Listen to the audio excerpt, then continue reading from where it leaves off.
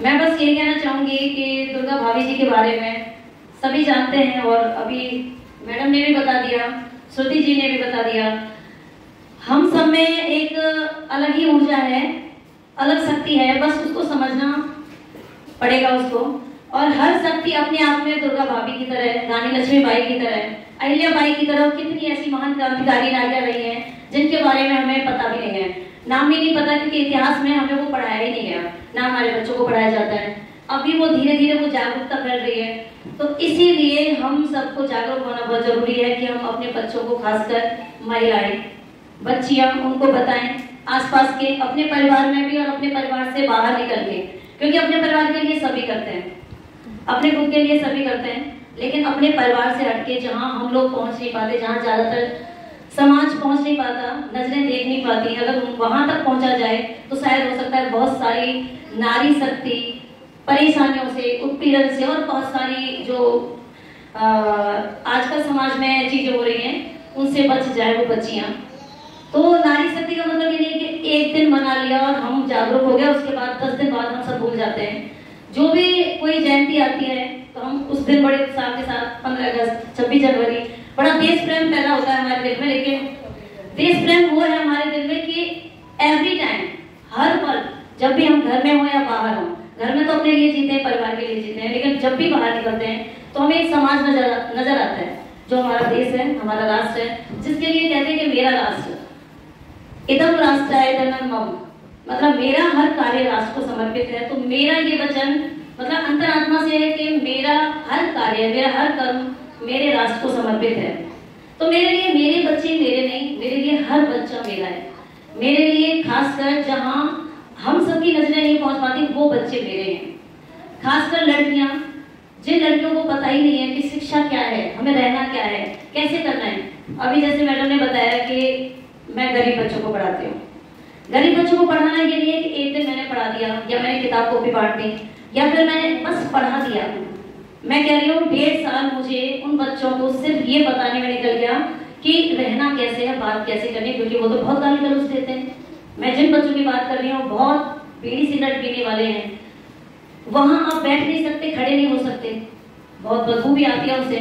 तो उन बच्चों को संभालने में साल 1.5 साल निकालना ये छोटी बात नहीं है, मतलब 1.5 साल निकालना, उनको सिर्फ एक बच्चा बनाना कि हाँ ये बच्चा आपके पास बैठ सकता है, वो किसी को नमस्ते कर सकता है, वो पता है कि कैसे रहना है, क्या खाना है, क्या नहीं खाना है और कैसे किससे बात करनी है।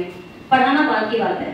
6 साल हो गए मुझे, 6 साल में मैं सिर्फ उन्हें किताबें पढ़ाना सिखा पाई हूँ और पूरी मेहनत ईमानदारी के साथ। जबकि मैं इकट्ठा करके 5,000 रुपए टीचर की व्यवस्था करके, क्योंकि मेरे पास ज्यादा पैसा नहीं है, मैं खुद एक सरकारी स्कूल से पढ़ी हुई हूँ, तो इसलिए मुझे सरकारी स्कूल के बच्चों से बहुत प्यार है, गरीब बच्चों से बहुत प्यार है, क्योंकि मैंने वो स्थितियां देखी है जीवन में।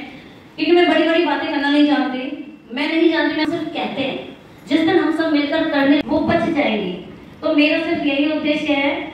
सबसे पहले दुर्गा भाभी जी जिन महान क्रांतिकारी के लिए उपस्थित हुए हैं उनको मैं नमन करती हूँ, वंदन करती हूँ और बहुत हृदय से प्रणाम है। और उसके साथ साथ हर एक महिला को जो हमारे आसपास है उसके लिए मतलब मैं चाहूंगी कि हम एक दूसरे के दुश्मन न बन के एक दूसरे का साथ दें। खासकर देखा है कि थोड़ा सा कोई महिला अच्छा काम कर रही है और जो पुरानी महिलाएं काम कर रही हैं, मैं मानती हूँ कि उनका एक्सपीरियंस बहुत ज्यादा होगा, वो उम्र में मुझसे बड़ी होती हैं, पर मैंने एक्सपीरियंस किया इस चीज का। अब मानो कि मैं अगर कोई अच्छा काम करती हूँ तो बड़ी तकलीफ नहीं होनी चाहिए, हमें साथ में साथ मिला के एक दूसरे को वो प्रेस करना चाहिए, नहीं चलो आगे, मैं भी तेरे साथ हूँ और भी लोगों को ले लो। तो कहने का है कि हमें हाथ से हाथ मिला के, कंधे से कंधा मिला के जो हम कहते हैं वाकई वो अपने कर्मों में लेके हैं। अपने शब्दों को अपने कर्मों से अगर जोड़ लिया जाए तो किसी भी चीज की कमी नहीं है हमारे अंदर। हमें सिर्फ अपनी शक्ति को पहचानना है। हर व्यक्ति के अंदर वो पावर है कि वो कुछ भी कर सकता है। क्योंकि मैं तो योग से जुड़ी हुई हूँ तो मुझे पता है, मैंने बताया मैं एक किसान परिवार से हूँ और मेरी 12th क्लास करने के बाद 17 साल की उम्र में शादी हो गई। मेरी 2 बेटियां, 19 साल की उम्र में मेरी बेटी और 21 साल तक मेरे 2 बच्चे हो गए। लेकिन आज कहूँ मैं, मेरी बेटी बहुत अच्छी जगह पढ़ रही है, सैनिक school, all India top, 25 lakh बच्चों से ज्यादा बच्चों में पूरे इंडिया से फर्स्ट आई है। तो कहने का है कि हमें सिर्फ अपने बच्चों पे ध्यान नहीं देना चाहिए, बच्चों पे तो मेरी पहली जिम्मेदारी है क्योंकि मैंने पैदा किया है, तो सबसे पहली जिम्मेदारी है मुझे अपने बच्चों पे ध्यान देना। उसके साथ साथ मेरे पास कोई काम नहीं है, सिर्फ बाहर के बच्चों पे ध्यान देना है। मुझे खाने से मतलब नहीं, मुझे पहनने से मतलब नहीं, मुझे किसी चीज से मतलब नहीं, मुझे